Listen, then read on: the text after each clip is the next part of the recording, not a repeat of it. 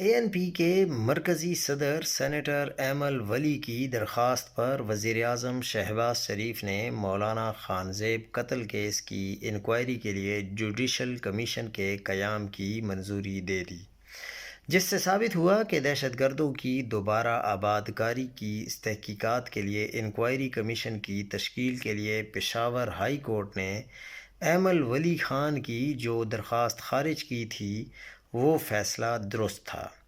کیونکہ high court نے اس وقت بھی کہا تھا کہ یہ وزیر اعظم کابینہ کا اختیار ہے، ہائی کورٹ کا نہیں ہے۔ ایمل ولی خان نے خود بھی ہائی کورٹ کے فیصلے کو مد نظر رکھتے ہوئے عدالتوں میں اس بار کوئی درخواست دائر نہیں کی۔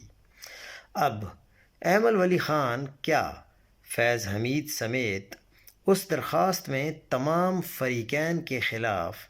انکوائری کمیشن کی تشکیل کے لیے وزیر اعظم کو درخواست کریں گے یا نہیں؟